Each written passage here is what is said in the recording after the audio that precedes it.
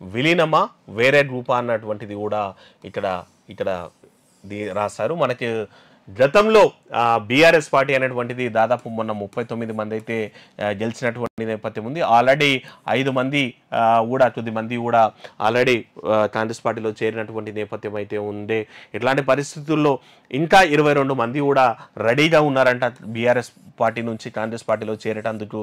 ఈ 22 మంది ఎవరనేది తేలాల్సినటువంటి అవసరం ఉంది. అయితే ఈ 22 మంది ఎందుకంటే గెలిచిన ఎమ్మెల్యేలో 2/3 మంది ఎమ్మెల్యేలు బయటకు రావాల్సి వస్తుంది. ప్రస్తుతం అసెంబ్లీలో బీఆర్ఎస్ పార్టీకి 38 మంది ఎమ్మెల్యేలు ఉన్నారు. వీరిలో 2/3 వంతు మంది అంటే 26 మంది ఎమ్మెల్యేలు పార్టీ మారితేనే బీఆర్ఎస్ ఎల్పీ కూడా పూర్తిగా కాంగ్రెస్ పార్టీలో విలీనమయ్యేటువంటి అవకాశం ఉంటుంది. లేదనుకుంటే మిగిలిన ఎమ్మెల్యేలకు కూడా కష్టమయ్యేటువంటి పరిస్థితి ఉంటుంది. అయితే ఇప్పుడున్న సమాచారం ప్రకారం 25 మంది బీఆర్ఎస్ ఎమ్మెల్యేలు ఇప్పటికే 3 బీఆర్ఎస్ పార్టీని వీడినటువంటి నేపథ్యం ఉన్నటువంటి పరిస్థితుల్లో ఇప్పటికే మొత్తం ఆ పార్టీకి ఉన్నటువంటిది 38 మంది ఎమ్మెల్యేలు సికింద్రాబాద్ కంటోన్మెంట్ పోయినటువంటి పరిస్థితుల్లో ఆల్రెడీ 3 చేరిండ్రు. అంటే 35 మంది ఉన్నారు. దీంట్లో 2/3 ఎమ్మెల్యేలు దాదాపు 26 మంది ఎమ్మెల్యేలు కాంగ్రెస్ పార్టీలో చేరితేనే బీఆర్ఎస్ ఎల్పీ మొత్తం కూడా విలీనమయ్యేటువంటి పరిస్థితి ఉంటుంది. అట్లాంటి పరిస్థితుల్లో మరి 22 మంది అయితే ఆల్రెడీ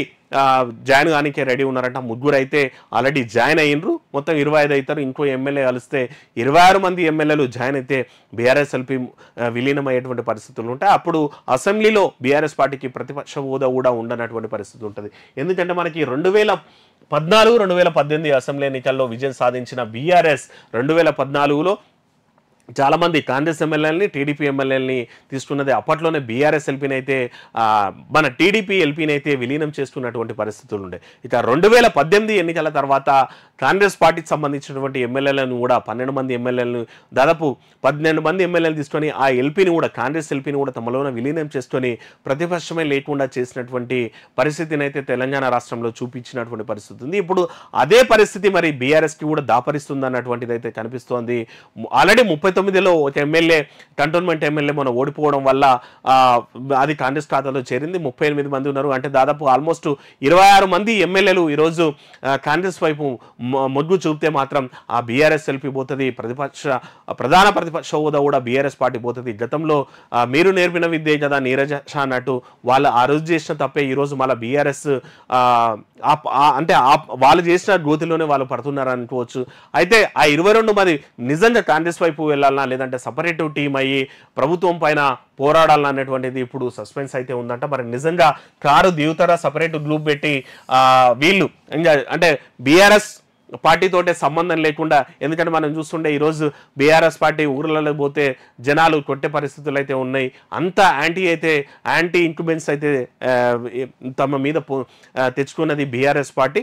అసెంబ్లీ ఎన్నికల్లో కొంచెం రెస్పెక్టెడ్ ఓట్లు పడిండే, కానీ ఎంపీ ఎలక్షన్స్కి వచ్చే వరకు ఇంకా ఆ పరిస్థితి అయితే దిగజారినటువంటి పరిస్థితి ఉంది. ఇట్లాంటి పరిస్థితుల్లో ఆ 22 మంది ఇప్పుడు బయటకు వచ్చేసి సపరేట్ టీం అయ్యి తమది సపరేట్ గ్రూప్ అని చెప్పుకోవడానికి కూడా సిద్ధమవుతుంది అన్నటువంటి మాట వినిపిస్తుంది. మరి ఆ 22 మంది నిజంగా కాంగ్రెస్ వైపు వెళ్తారా, లేదనుకుంటే సపరేట్ గ్రూప్ అవుతారా, లేదంటే బీజేపీ వైపు ఏమైనా చూసే అవకాశాలు ఉన్నాయా?